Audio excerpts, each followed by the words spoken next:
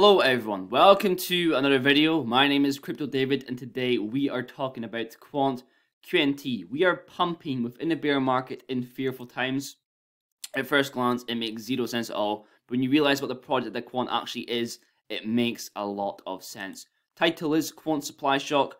You hear that all the time on Twitter. I mean, we know Quant's tokenomics are the best in the game, and when it comes to the future of QNT, reaching these higher prices, the main theme on the channel has been gateways, when it comes to staking, passive income for QNT, and lockups. Lockups when it comes to treasury lockups, payment channel lockups, license fee lockups. That's when I think Quant will go to these higher 4-digit prices in the future, and then 5-digit, which is the price that we're all hoping for when we talk about 10k per QNT. And we know Quant, technically, in terms of supply, is scarcer than Bitcoin, but then we'll have more demand for QNT than Bitcoin at that present moment.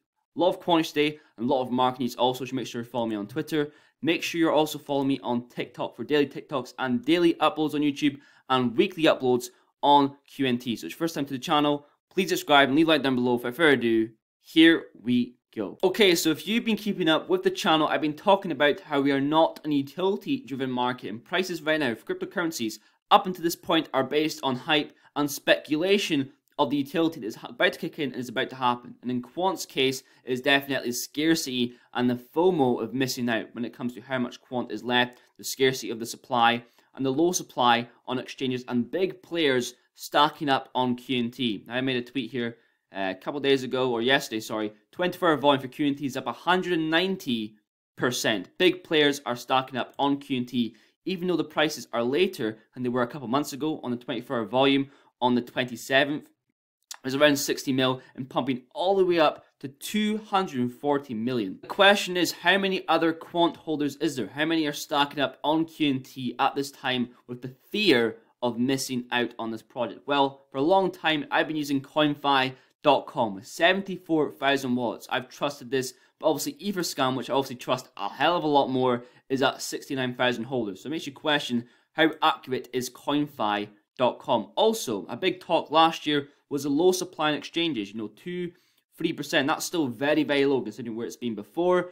And just in terms of supply in exchanges, well, now it's going down to insane lows, 1.16%, when that's what the supply shock comes into play. But it makes you question, how accurate is this information being presented? But nonetheless, the demand is outweighing the supply with QNT. Also, client demand by Sam.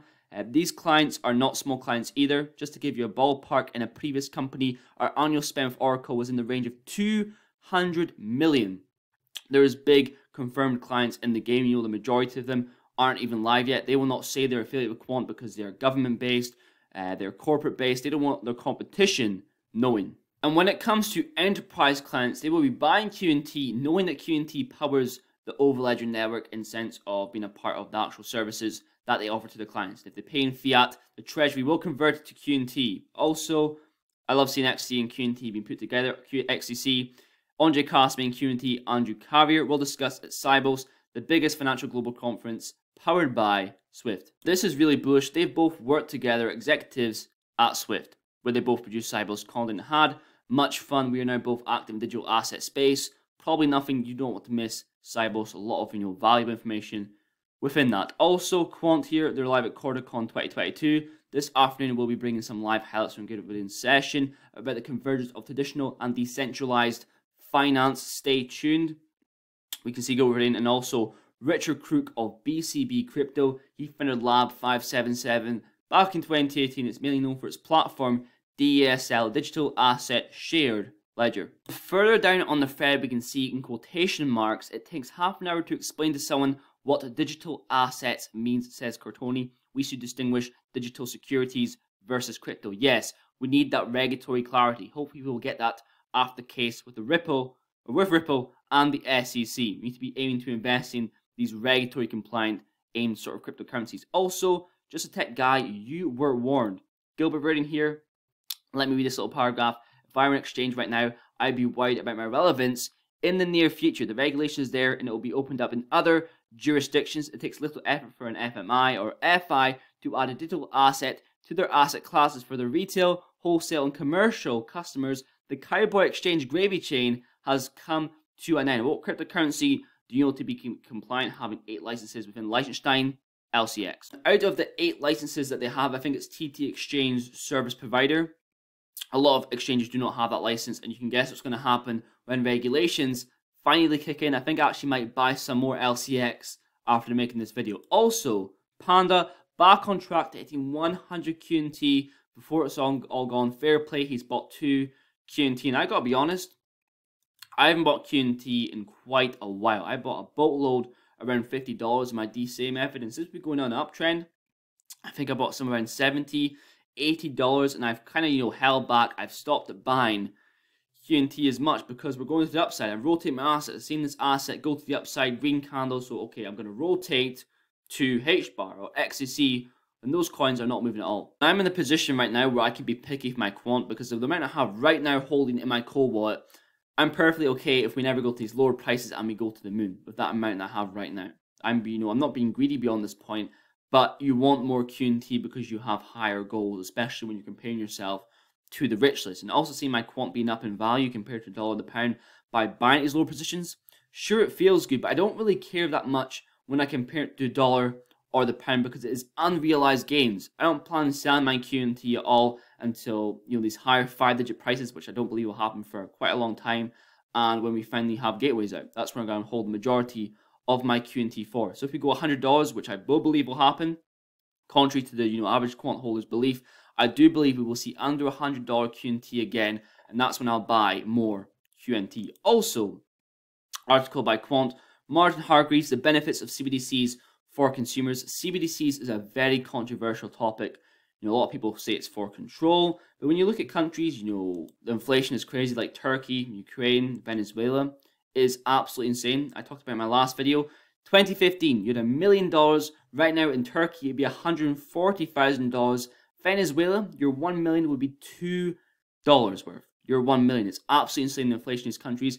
We need CBDCs for that stability and resiliency. And with CBDCs, businesses could receive their funds faster, pay their suppliers earlier, and take advantage of preferential rates as they appear. The thing that I'm mainly interested in when it comes to CBDCs, correct me if I'm wrong in the comments, but I think it's Digital Bill Currency Act, where you don't get your account frozen or funds frozen for having a certain opinion on something. Something along those lines. That's something that I'm very interested in when it comes to control. Also, I'll leave you guys a little video. Quant now at the kind of interruptibility. Now, we debunked this in the last video. This heading is completely false. Quant is doing what Ripple tried to do. They are not competing. They are coexisting.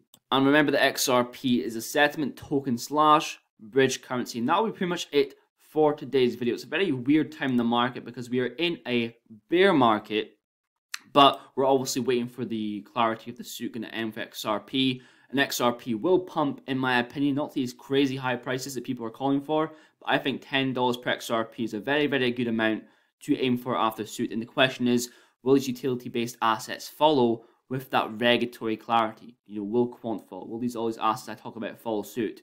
And that makes me feel that FOMO feeling where I need to get more of these assets. But I have to realize and be grateful for the amount of QNT that I actually have and the amount of XRP that I have, but still DCing and chipping away at some of the assets that haven't moved, like the ones that I talk about on the channel. But made it fun in the video. Thank you very, very much for watching. Please leave a like down below, and I will definitely see you guys in the next one. So what we're doing with SIA is unique, and this is really what Ripple have been trying to do, trying to talk to each bank, sign them on one by one. IBM with Stellar, I've heard that hasn't gone too well lately as well, so we're looking into it. But they're trying to sign on banks one by one, and that's going to take a long time to do it. We've gone and connected to a network where Overledger is going to sit, and it's connected to 570 banks today. So automatically, all of these institutions, financial services, banking, all the ones that are in the network, they will have access to Overledger and the applications that are on Overledger throughout that whole network. So this is huge, because what it allows all of these clients to do is have interoperability at scale in one go. And so what that means for each bank, they all have, so the way SIA works, and I come from a payments background running it for the Bank of England here, the way it works is every bank has a gateway, a payment gateway in their network within the bank itself. And so the payment gateway does, SWIFT, domestic payments, credit cards, international payments, whatever the gateway does. And SIA runs that infrastructure. It's a secure infrastructure. It's regulated by the Bank of Italy. It's supervised. It complies to the highest level of security. And that's what I ran in the UK on behalf of the Bank of England. So